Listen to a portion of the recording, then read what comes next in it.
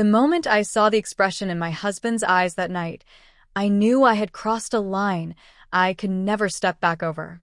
But by then, the damage was already done. We were at our neighbor's housewarming party, soft music drifting through the living room, laughter spilling from the kitchen, the scent of grilled food and red wine hanging thick in the air. I was halfway through my second glass when Daniel, our new neighbor, leaned in close and made a playful comment about my dress. I laughed harder than I should have. Across the room, Ryan was watching me. His jaw was tight, his fingers clenched around his glass as if he was holding himself together through sheer force. I never meant to hurt him. I had just wanted to feel noticed again. Lately, it felt like we weren't living together anymore, just existing side by side, two strangers under the same roof. So when Daniel smiled with that easy charm, something hollow and lonely inside me wanted to feel desired again. Ryan walked over, his voice low but trembling with anger. "Can we talk outside?" I glanced at Daniel, who looked delighted by the tension, then back at my husband. Embarrassment mixed with pride, sharp, defensive. "Relax," I said lightly. "We're just talking." Ryan's fists tightened at his sides. "You're flirting," he hissed through his teeth. "And everyone can see it." The words hit hard, not because they were untrue, but because he said them aloud, in front of everyone. The music seemed to dim. A few people looked our way. My face burned. "Ryan, stop making a scene," I whispered harshly. His voice cracked when he answered. "You already made it." Then he turned and walked out. The door clicked shut, swallowed by the party noise, but the silence he left behind clung to me like smoke. I didn't follow. I told myself he was overreacting, that we would talk later, that he needed to understand I wasn't someone he could control. It was a lie one I told to quiet my guilt. When I came home hours later, the house was dark. His car was still in the driveway.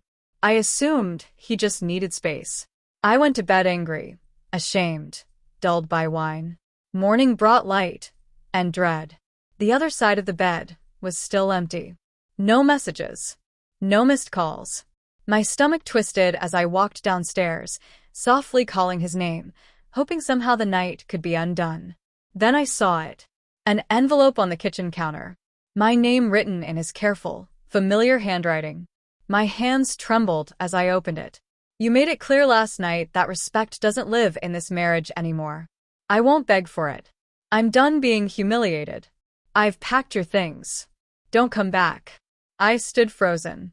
My eyes drifted toward the door, and I saw them. Boxes. My boxes.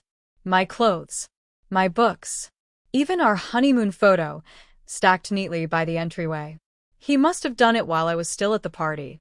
For a long moment, I couldn't move. The house was painfully quiet. I could hear my heartbeat echoing in the emptiness.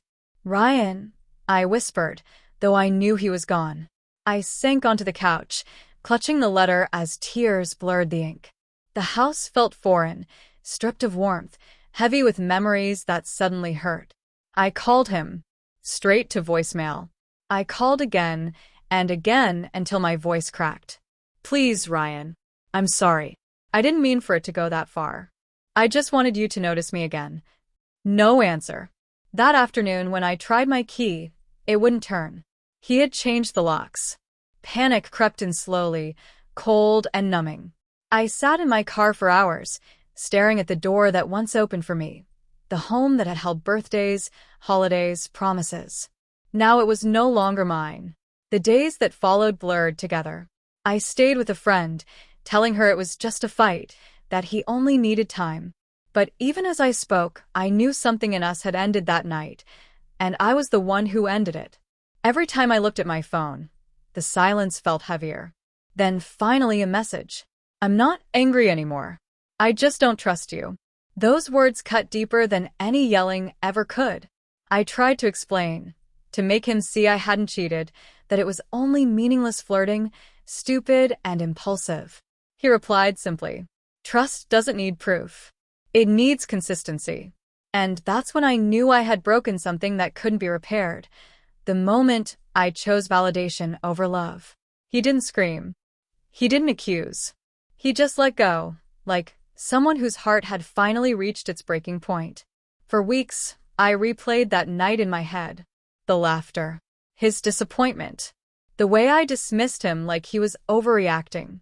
I called him insecure when all he was doing was trying to protect what little was left of us.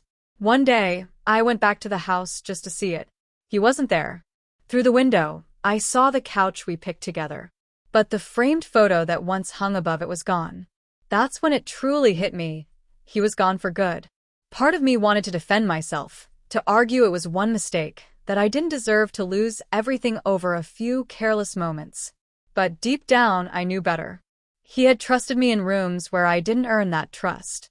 And I traded it for attention from a man whose name barely mattered. Months later, I ran into Daniel at the store. He smirked and asked, "Still with your jealous husband?" I didn't reply. I just walked away, my face burning, because Ryan had not been jealous. He had been loyal. And I was the one who mistook devotion for control. That night, I found Ryan's letter again, worn from rereading. The last lines struck differently this time. "I won't beg for your respect." Only then did I understand. Respect isn't about pride or dominance. It's about love, the kind that sees your flaws and still chooses you. I looked around my small rented apartment, the bare walls echoing with everything I had lost. The silence that once felt peaceful now sounded like punishment. If I could turn back time, I would have followed him out that door. I would have said the words that mattered instead of chasing attention from someone who meant nothing. But consequences don't care if you've learned. By the time understanding arrives, it's too late. And I was homeless in every way that counts.